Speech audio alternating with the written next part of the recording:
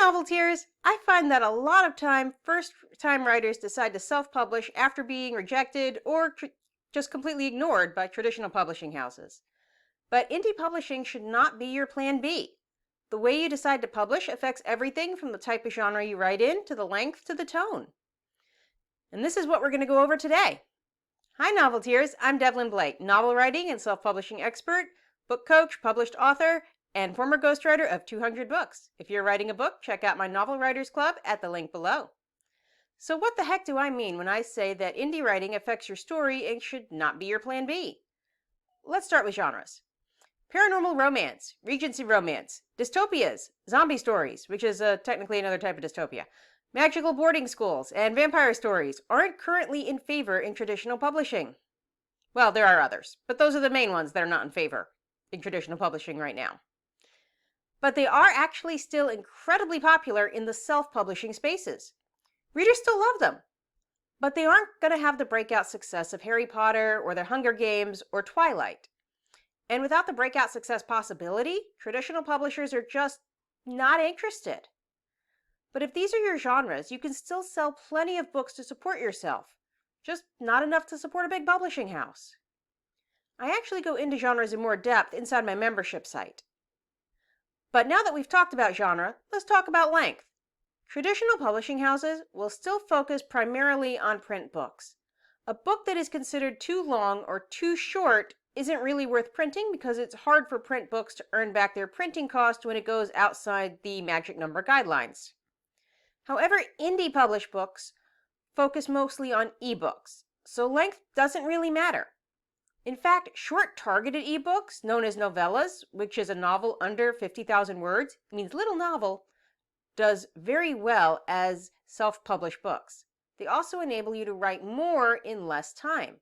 Amanda Hocking was Kindle's first fiction millionaire, and she made her money off of novellas, mostly about vampire romance. And in fact, a lot of authors make a living writing just novellas instead of full-length novels. And the readers actually love it because they can read it on their lunch break or on their commute or at the end of the day, and it doesn't take them months to read. Traditional publishing houses do not love it. The third way that indie publishing affects your book is what you're able to get away with saying. Now, I'm not talking about political correctness here. You should try to be respectful of people in your books. But publishing houses adopt a middle-of-the-road approach to books. A book that is too controversial or mentions an unpopular opinion, even if it's right, isn't going to be published. Remember the Own Voices movement? Yeah, whatever happened to that anyway? Well, I'll tell you what happened to that. Traditional publishing houses turned that into a very formulaic thing. It has to tick certain boxes now for diversity because all diversity has to sound the same, which is the exact opposite of what it was supposed to be.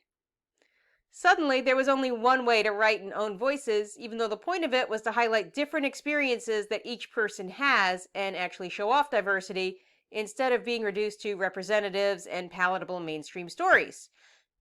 Yeah, that was kind of a disaster, because that's what happens when ideas go mainstream. They get diluted and they get changed into something they weren't before. But as an indie author, an indie publisher, you don't have to worry about that.